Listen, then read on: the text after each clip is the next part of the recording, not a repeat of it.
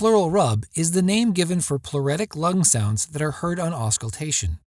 This occurs when the pleural surfaces are inflamed and rubbed together, producing a grating sound like two pieces of sandpaper.